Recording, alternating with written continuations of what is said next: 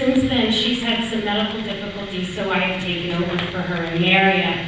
And it has been truly God's blessing to be here. 1987, I thought it was really cool. I was doing drugs and had a boyfriend, and we were partying, and him and his friends decided it would be okay to rape me. About 3 months later, I had not had my cycle, so I went to a local Planned Parenthood and had a test done, and I was pregnant. My boyfriend at that point said that it would ruin his life. We didn't know who the father would have been, and he threatened me and said that I had to have an abortion. So Planned Parenthood went in there all by my lonesome, paid my $300, and guess what? You're still paying $300 today, 20 years later, to murder a child. Planned Parenthood say that they're pro-woman, that they're pro-choice, but their only choice is death.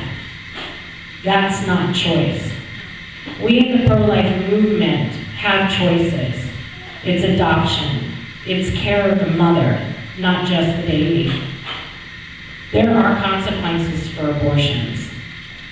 Currently, I am in my second time battling breast cancer, triple negative, that is now metastasized to my brain. That is a consequence of abortion. This is a really hard thing for me. After my abortion, I thought my life was going to go on and things would be okay. 2 months later, I still hadn't gotten my cycle. I was still pregnant. They had missed a twin. In 1987, they did not have late-term abortions, so I was not living at home. I would run away and decided to give the child up for adoption, and it was a closed adoption. I didn't get to see her. I knew it was a girl, and she went to a beautiful home.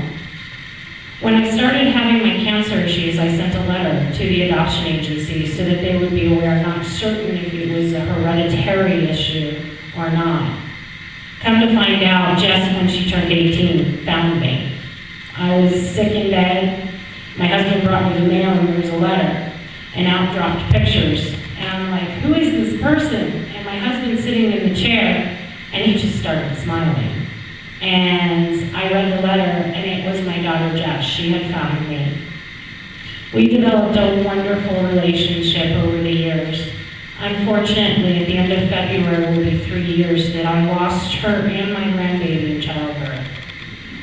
At that point in my life, I thought that was my final punishment. It's not. Jess decided that she wanted to have that baby no matter what. It was God's decision, not hers to make. And for the very short period of time that I knew Jess, I was very blessed to have a part of my life. And it is because of her that I'm here today. Because if we don't tell this message about life and the options that mothers and women have, we're going to lose more babies. We're at 55 million and counting. At the end of this, we'll have lost 6 babies today in the state of Oregon. By the end of the day, it'll be probably over a dozen. We have to stem this. Silent No More gives women the opportunity to come out and gives them a platform to speak. We're here to educate people on what it means to be pro-life and the options that women do have. I do have to say that 3 months ago we launched the men's site because we have more and more men now that are regretting their roles that they played in abortion. And I have to say, we in Eugene, Oregon, I now have the first man on my team. Bill Jarvis and his wife, Laura, are both post-abortive, and they have joined my team. I'm very blessed to have them.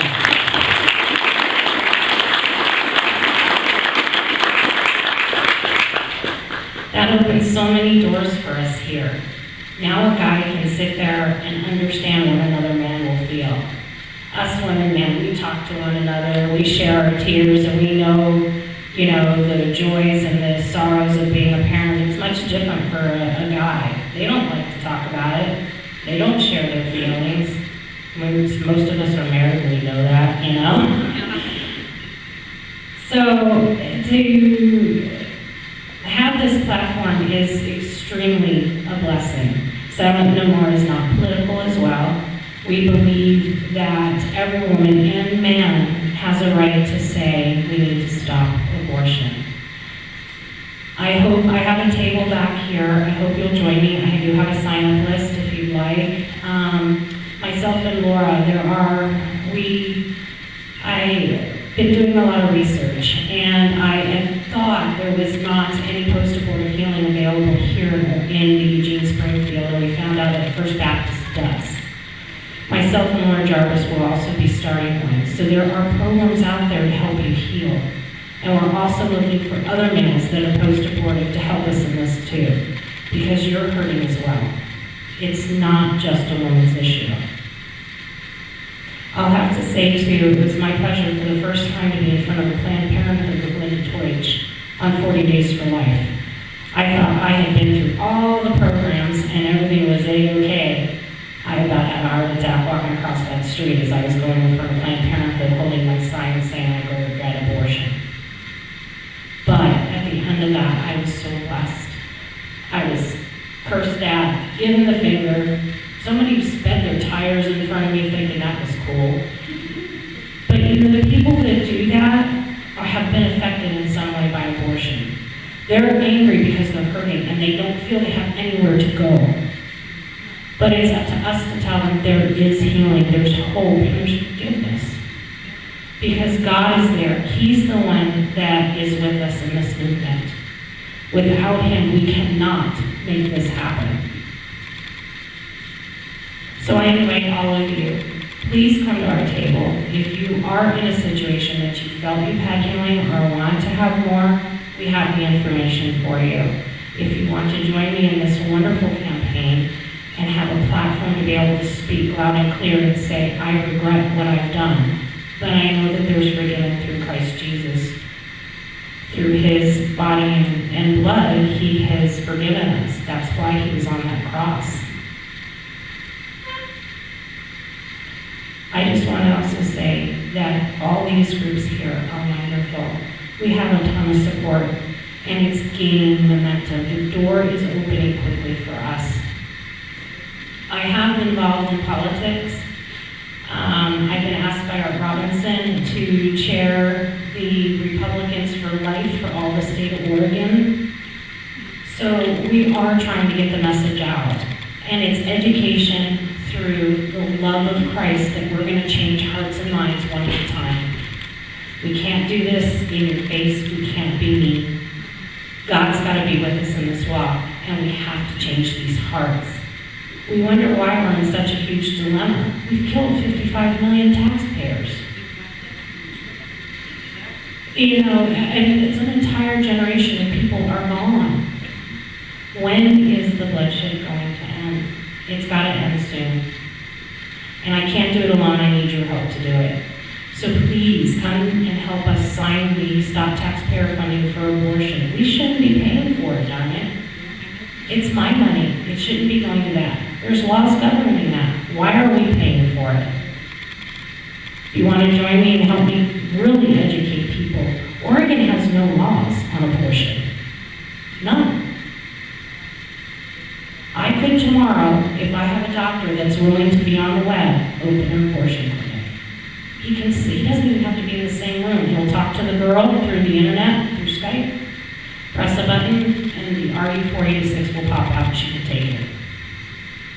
No consequences. What about that girl that'll bleed out? Parents aren't notified in Oregon.